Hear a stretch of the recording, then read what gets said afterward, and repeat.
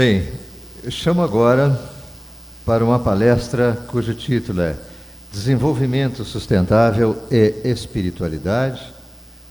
Chamo Purushatraya Swami. Então, boa noite a todos. E nessa minha apresentação, primeiro eu vou dar umas palavras de explanação sobre o tema desenvolvimento sustentável e espiritualidade. E na sequência vou projetar algumas imagens de nosso projeto sustentável em Paraty. E é um projeto que já está funcionando por quase 20 anos e já está apresentando frutos e resultados. Então nós queremos compartilhar com vocês esses nosso resultado. Peraí. Desenvolvimento sustentável. Esse conceito está hoje em dia na ordem do dia dos mandatários das principais nações, pois se trata de uma questão de sobrevivência, a sobrevivência do planeta. O modelo econômico baseado na exploração irrestrita da natureza está falido e o conceito de progresso ilimitado totalmente desmistificado. O ser humano tem agido como um reles predador inconsequente. A mentalidade de exploração e acumulação de bens que tem prevalecido nos últimos séculos tem causado estragos irreversíveis ao nosso planeta. A vida moderna tornou-se artificial e o ser humano perdeu a sensibilidade de considerar-se parte da natureza. Vivemos agora um momento crítico. É hora de se começar a aceitar as limitações naturais do ser humano e passar a adotar uma postura mais humilde diante da natureza. Todos querem desenvolvimento, mas tal desenvolvimento deve ser sustentável. A natureza é um perfeito sistema sustentável. As florestas estão sempre se renovando. As grandes árvores extraem grandes quantidades de nutrientes do subsolo, mas isso não empobrece a terra. Pelo contrário, pela deposição de matéria orgânica e outros fenômenos e operações naturais, a qualidade do solo florestal conserva-se ou até mesmo enriquece-se. A vida marinha é igualmente sustentável por natureza. Vivemos num mundo que se tornou insustentável.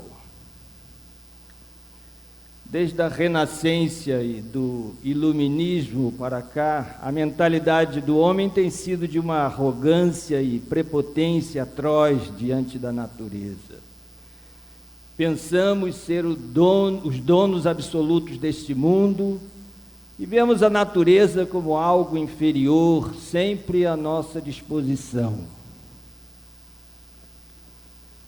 Na história recente, tivemos a Guerra Fria do pós-guerra, com a dicotomia de perestroika e capitalismo imperialista, e a seguir tivemos a glasnost e queda do Império Soviético e a globalização e neoliberalismo que se seguiu.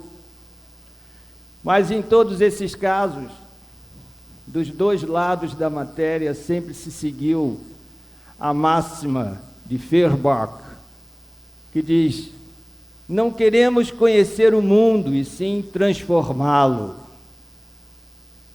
Foi com essa mentalidade de exploração que dizimaram nossa Mata Atlântica, as araucárias do sul, desertificaram extensões continentais, emporcalharam todos nossos mananciais hídricos e por aí vai. Este é o legado que estamos passando para nossos filhos e gerações subsequentes. Uma verdadeira tragédia. Só cínicos, crônicos, são insensíveis quanto a isso e não sentirão vergonha disso. A coisa se complica quando, junto ao conceito de sustentabilidade, introduzimos o conceito de desenvolvimento.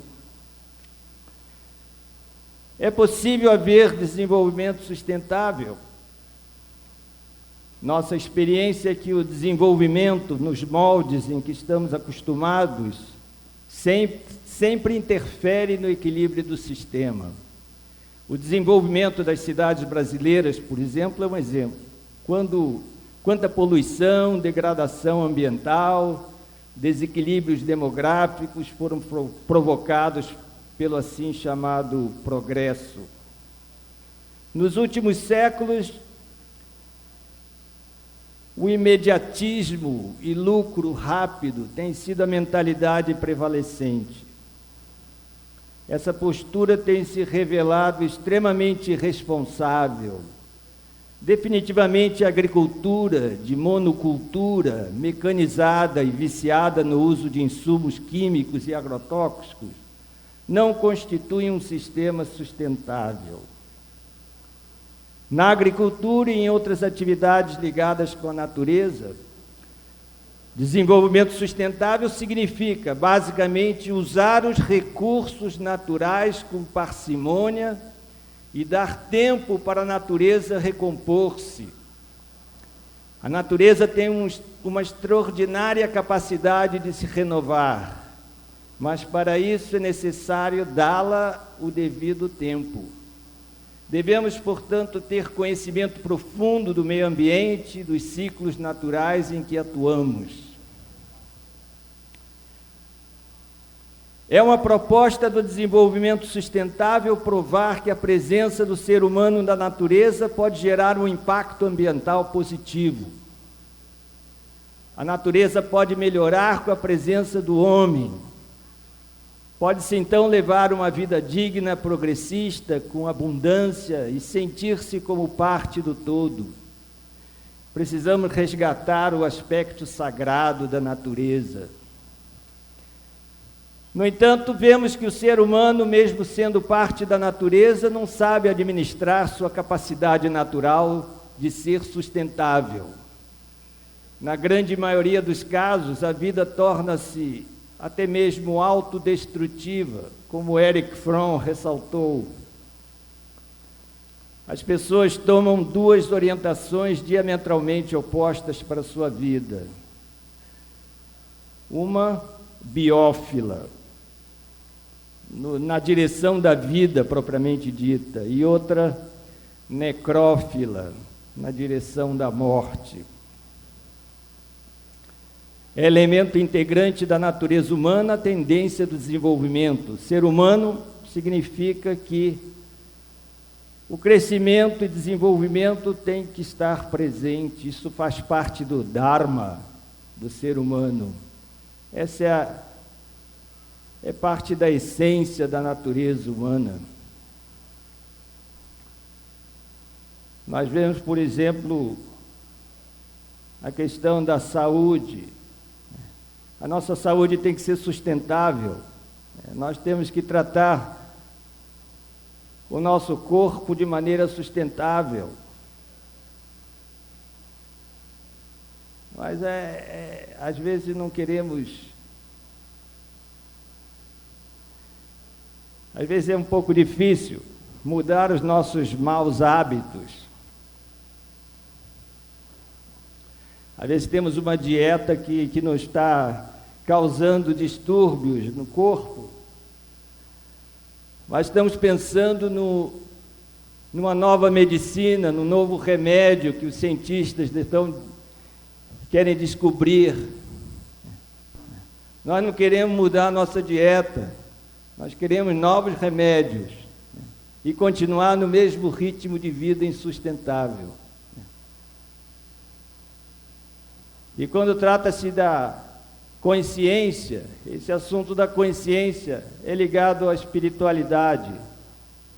A consciência também tem que ser sustentável. Como eu falei, A tendência de desenvolver-se, isso é muito natural do ser humano. Inclusive nas escrituras védicas dizem: forma humana de vida é para a autorrealização. Isso significa que nós entramos nessa vida num nível de consciência e temos que sair por cima, num nível superior de consciência. Isso significa vida humana. Hoje em dia é muito comum essa doença Alzheimer. Alzheimer, que significa consciência murcha, consciência não sustentável. Se a pessoa não cuida de sua consciência de uma forma sustentável, então ela vai permitir que muitas coisas desagradáveis e impróprias se instalem na consciência. Nós temos que cuidar da nossa consciência. Nós temos que sair desse mundo com boa consciência, com uma consciência limpa, com uma consciência feliz. Mas se nós não tratarmos a nossa consciência, então as mágoas, lamentações, medos, frustrações, tudo isso vai se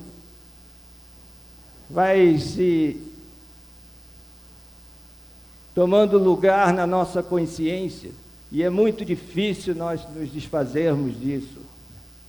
Isso para não falar coisas piores, de remorsos, sentimentos de culpa, ódios e tudo. Se essas coisas ficam presas na nossa consciência, então a nossa vida vai ser uma derrota.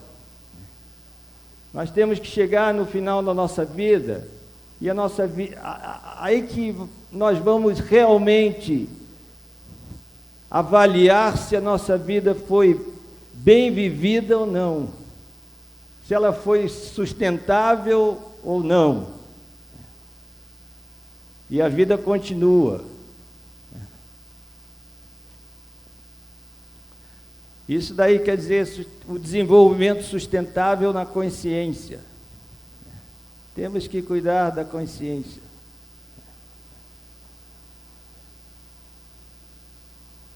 O processo de autorrealização significa que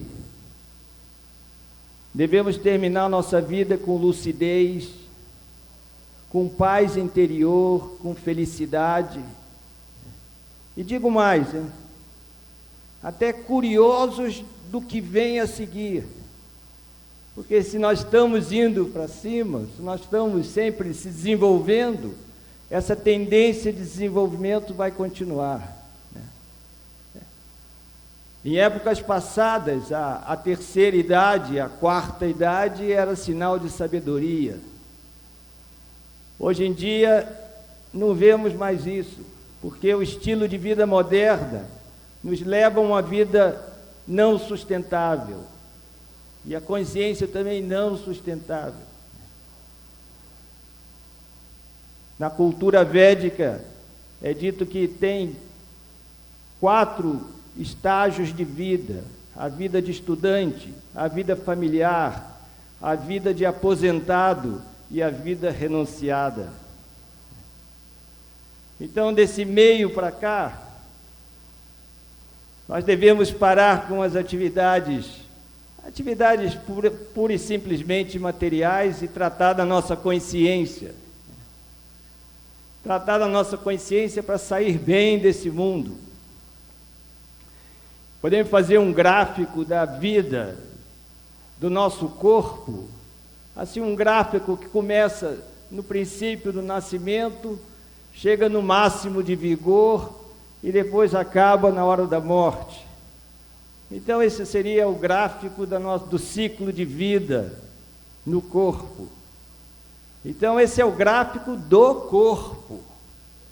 Agora minha pergunta é: como seria o gráfico da consciência? Seria assim, A maioria das pessoas diz assim, a consciência, estou ficando velho, estou perdendo as forças, vou morrer e tudo assim. Agora, o gráfico da consciência tem que ser assim, ó, independente do corpo. Não somos o corpo, nós somos a alma. É a consciência onde que está a nossa individualidade, o nosso querer, a nossa vontade pessoal, todos os mais elevados sentimentos de amor, de compaixão, de solidariedade. De onde que vem isso? Isso vem dos neurônios? Não, isso vem da alma, do espírito. De onde que vem a vida? Por exemplo, duas pessoas de sexos opostos pode gerar uma nova pessoa. Isso é um milagre da vida. Isso é a consciência, isso é o espírito, isso é a alma. Temos que cuidar da alma. Então esse é o nosso desafio. Nós temos a parte material e a parte espiritual, e todas essas duas devem ser tratadas com essa consciência de desenvolvimento sustentável. E agora eu vou mostrar, seria bom que apagasse as luzes, algumas luzes. Se pudesse apagar as luzes, tá? Eu vou mostrar algumas imagens da nossa experiência na comunidade Goura Vrindavana, comunidade sustentável, e Ashram Hare Krishna em Paraty. Vocês podem consultar também na internet, naquele site. Podia apagar as luzes, por favor? Tá. A localização, Paraty, fica no extremo sul do estado do Rio de Janeiro. Falaram que estão providenciando o apagar das luzes. Tá bom assim? Se baixar mais, o pessoal aqui da frente não dá para ver. Isso é Então, estamos ali no sul do estado do Rio de Janeiro, fica a 250 quilômetros do Rio de Janeiro, ali nos limites do Parque Nacional da Serra da Bocaina. Quem já foi, já conhece a região de Paraty. É uma região muito bonita, as montanhas chegam perto do mar e são cobertas de florestas. Aqui a nossa comunidade, nossa propriedade, temos com 800 hectares e estamos bem na divisa do Parque Nacional da Serra da Bocaina, que é um bom vizinho que nós temos. Esse é a maior reserva da Mata Atlântica, que é uma das florestas de maior biodiversidade do mundo. Então, isso é um patrimônio mundial muito importante. E Paraty, assim, um paraíso, tanto a parte do oceano quanto a parte do continente, é tudo, a natureza é muito exuberante. Aqui nós temos a nossa comunidade, nós estamos estabelecidos desde o começo da década de 90, e tivemos um crescimento orgânico, e temos poucos vivendo na comunidade. Hoje em dia temos 17 pessoas vivendo, muitos jovens. Hoje em dia é muito difícil achar jovens que têm essa vocação para a vida alternativa. Os jovens de hoje em dia têm assim uma mentalidade muito materialista, e depois do advento da internet, informática, a realidade virtual é mais importante do que a realidade natural. A realidade natural tem mosquitos e outros inconvenientes. Natureza é só para curtir. Mas, mesmo assim, a gente tem que fazer um trabalho de garimpeiro e achar jovens que realmente queiram, ainda têm essa sensibilidade com a natureza e têm esse ideal alternativo e podem compreender exatamente a proposta de desenvolvimento sustentável. O princípio básico da comunidade é vida simples e pensamentos elevados. Isso daí nos foi deixado pelo nosso mestre espiritual, Srila Prabhupada, que faleceu em 1977. Ele deixou muitas instruções quanto à formação de comunidades rurais, autossuficientes e autossustentáveis. Esse princípio de vida simples e pensamentos elevados, isso daí é importantíssimo. Isso parece fácil, mas é mais difícil estabelecer esse princípio do que a vida moderna, que está comprar tudo pronto e viver assim, dessa forma artificial, como se vive nos meios urbanos. Então, vocês podem ver aqui que mais simples que isso, acho que é impossível, né? Vida simples e pensamentos elevados.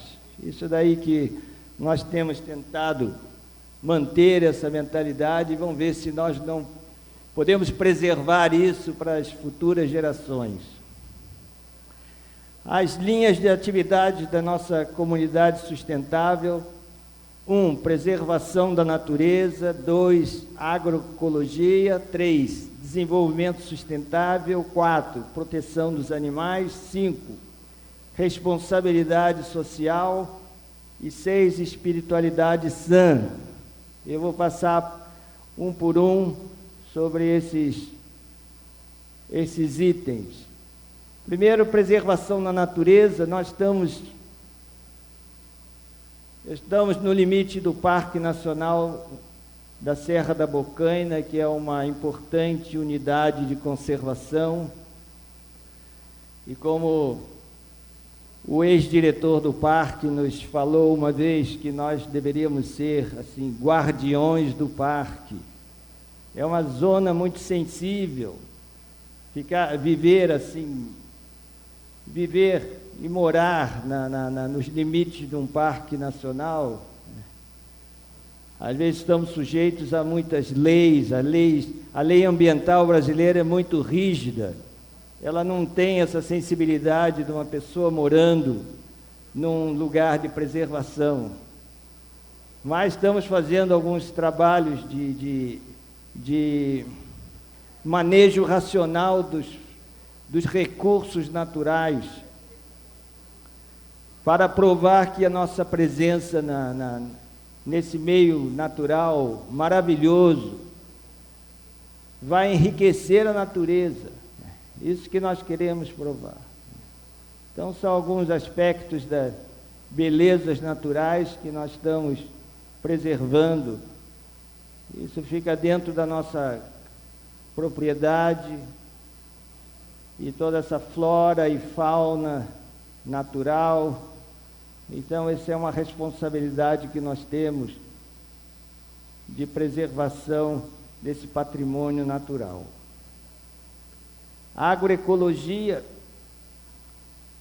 nós vemos que esse sistema convencional de agricultura, ele mais cedo ou mais tarde, ele vai à falência. Então, podemos produzir de uma forma orgânica, de uma forma biológica. Aqui mostramos produção de humus, com as minhocas trabalhando, quer dizer, o esterco do gado é transformado assim, num potente fertilizante natural. Então, temos feito esse trabalho e mostrado às pessoas que nos visitam.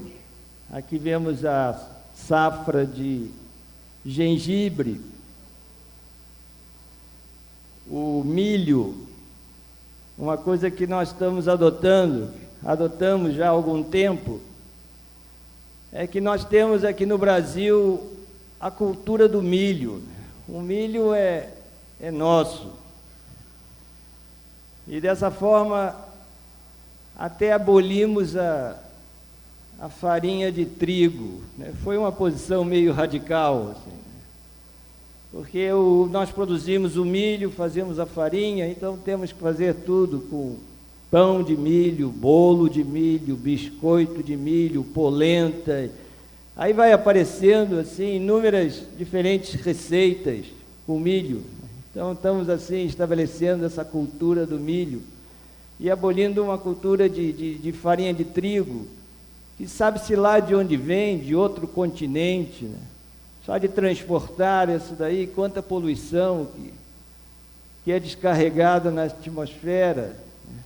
E nós ficamos assim viciados com essas amenidades que o livre comércio nos traz.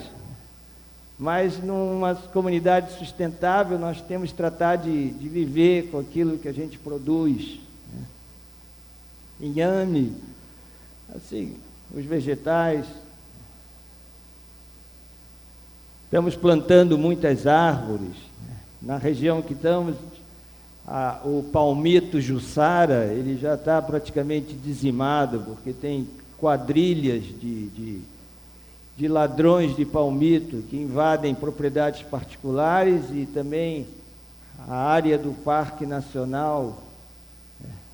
Então, hoje em dia já está dizimado. Então, estamos fazendo uma reprodução grande de palmito, Jussara e outros cultivares. O desenvolvimento sustentado é outra linha de ação que nós temos. Então, como nós podemos produzir as coisas sem estragar a natureza? Estamos produzindo eletricidade, produzimos nossa própria eletricidade. É uma energia totalmente limpa e não poluidora, né? E uma energia muito forte. E com isso podemos gerar energia suficiente para iluminar e também para rodar certas máquinas. Outro aspecto do desenvolvimento sustentável são processos naturais de agricultura, como existe esse processo de agrofloresta, usar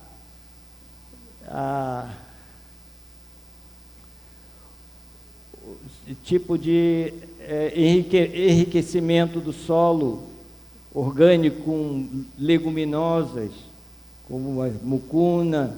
Aqui mostra uma roça de milho feita sob esse regime de agroflorestal. Eu não vou entrar em muitos detalhes, porque isso já é uma parte mais técnica de agronomia. Mas assim, por exemplo, as bananeiras, elas são cultivadas no seu habitat natural.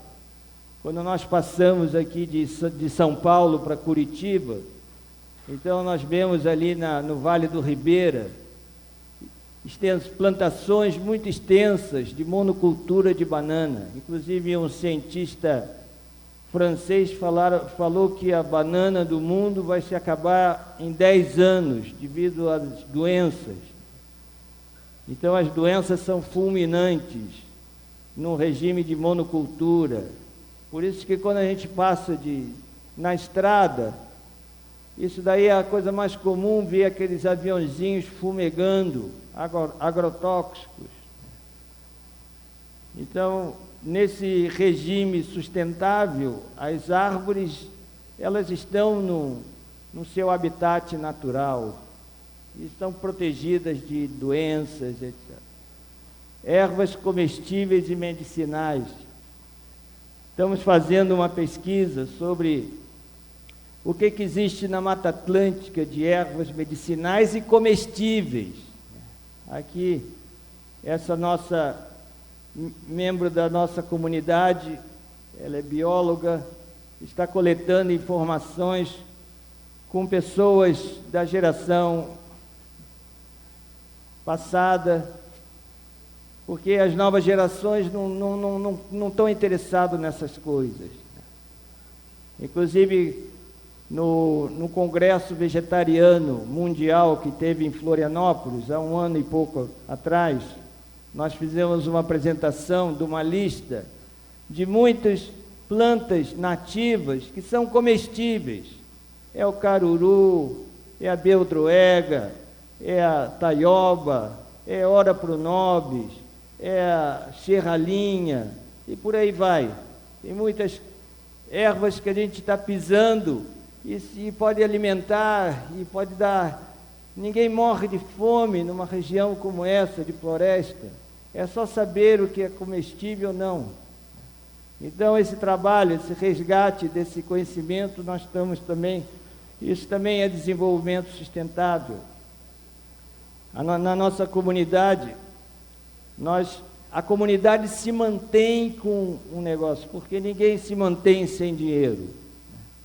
Então, a produção, o beneficiamento da banana, a produção de banana passa, temos uma fábrica que produz esse produto de boa qualidade, e assim distribuímos pelas lojas do Rio de Janeiro e também do Vale do Paraíba e na região litorânea.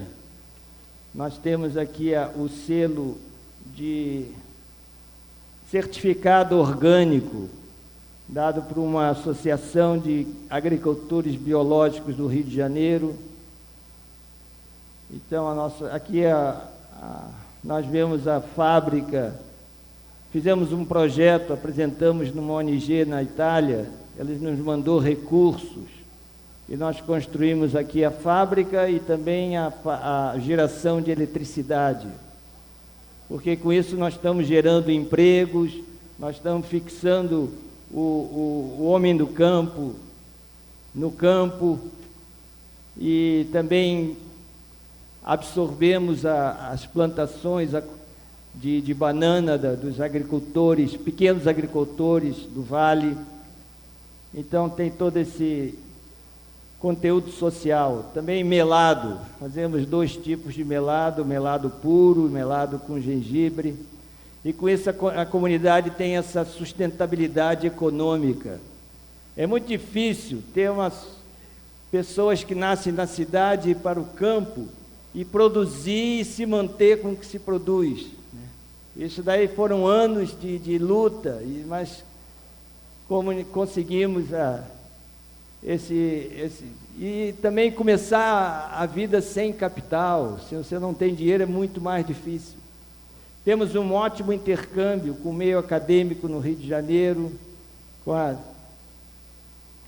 Universidade Federal Rural do Rio de Janeiro e outras entidades, Instituto de Agrobiologia da Embrapa, e Rede Brasileiro Agroflorestal. Esse senhor aqui, Jean de Bois, é o líder da Rede Brasileira Agroflorestal. Todos eles estão nos dando suporte para essa atividade de desenvolvimento sustentável. A proteção dos animais, nós estamos nos concentrando nos bovinos, porque os bovinos, coitados, quando surgiu a era industrial e os tratores no campo, não sabiam o que se fazer com os bois. Então mandam todos os bois para o matadouro. E se criou essa cultura de consumo de carne. E as vacas dão leite, e depois, quando já deu o suficiente, já estão ficando velhas e não produzem tanto, também vão para o matadouro. Mas nós temos esse programa de proteção dos bovinos, porque o boi é uma tremenda, tem força. Essa força é utilizada na tração e na aração, principalmente em áreas de montanha. O único tipo de aração é com os bois. E os bois não fazem a compactação do solo. Então, assim, e o tratamento com esses animais, você não pode imaginar o que é. Esses animais, cada um tem a sua personalidade e desenvolve um relacionamento pessoal com os seres humanos. Na verdade, os bovinos são os animais mais próximos da sociedade humana. Hoje em dia o cachorrinho tomou seu lugar, mas na realidade são os bovinos que são. Então fazemos esse trabalho de proteção, a responsabilidade social, somos pessoas da cidade, temos grau universitário e temos essa obrigação na vida do campo, em dar oportunidade dessas pessoas elevarem seu padrão social, econômico, moral, etc. Em Paraty nós recebemos o certificado de utilidade pública, temos ótima relação com o governo municipal local. Aqui nós estamos visitando uma das vilas de índios que tem na zona de Paraty, índios guaranis, que na época dos portugueses foram expulsos para o Paraguai, e depois algumas famílias voltaram e o governo deu algumas terras para ele. E estamos trabalhando com as crianças, principalmente lá do nosso vale. Temos uma escolinha assim, extracurricular, que nós fazemos alfabetização e acompanhamento do que eles aprendem na escola. E assim, temos que dar esse carinho para essas pessoas do campo, que são muito negligenciadas. Eles já nascem desconfiados de tudo, assim, com aquela sensação de que já estão sendo exploradas por gerações e gerações. Então tem que se dar essa abertura. Quando eles veem que nossa vida é simples, então eles dão um maior valor a isso, e nossa relação é muito natural. Aqui, educação ambiental, coletando plásticos e dando essas noções para essas pessoas que são ignorantes, né, de certa forma. E assim juntamos roupas com os nossos amigos e distribuímos para eles, e também convidamos nossos amigos que são médicos para ver as pessoas. E também a questão da cidadania. Por exemplo, eles são nossos empregados.